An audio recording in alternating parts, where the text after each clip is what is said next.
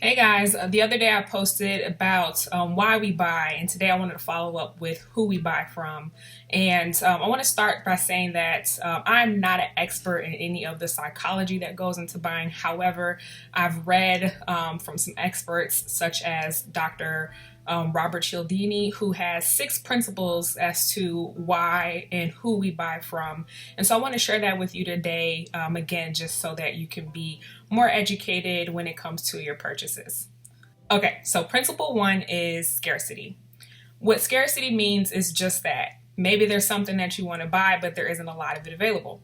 This past winter and for Christmas, we saw that the PS5 was quickly, going out of stock and wasn't available readily. And so the competition to buy was there. And what that does is it sort of triggers something in our minds of, hey, I got to get it before the next guy can. Principle number 2 is recommendations, or as we see them online, testimonials. What that does is it sort of reassures our idea and our fears of buying something just to let us know, hey, someone else got it and it's working out for them. Not that all testimonials are going to be 100% proof, but it definitely does help in the purchasing decision. Principle number 3 is social proof. And something that is definitely using this is the Tesla. Elon Musk's Tesla. Like, people love it because it's a luxury car. It looks really nice, but it also, gives them a sense that they're doing something good for the planet. Or even if they don't necessarily think they're doing something good for their planet, they think that other people think they're doing something good for their planet. So that is another reason why people will purchase something, just to have that social proof of, look, I'm doing something good too. Principle number 4 is a gift. And you'll see this a lot with nonprofit organizations. Most recently for me, I got a gift from St. Jude, and it was a very small gift. It was just the mail stamps, and it actually had an old address on them, but because of the courtesy for them to get that for me, I was like, I am going to go ahead and donate to them. And so I ended up giving them like $25 or something like that, even though I wasn't able to use those stamps. Okay, principle number 5 is consistent or commitment. So what this is if you tell someone that you're going to do something, then you sort of feel like you have to keep that promise. You gave them your word, so that means you're going to do it.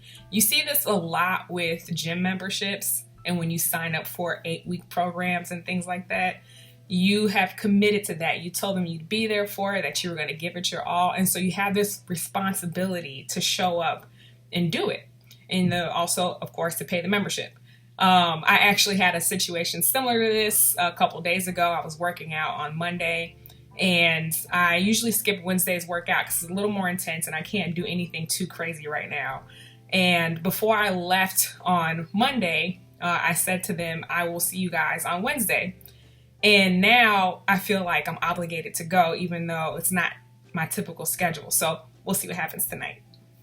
And the last principle, number 6, is authority. So, or expertise. So the thing about this is that if someone who is an authoritative figure or an expert in their field tells us, hey, this is a good thing to get or to do, then we're going to feel inclined to do it. We see this a lot with doctors.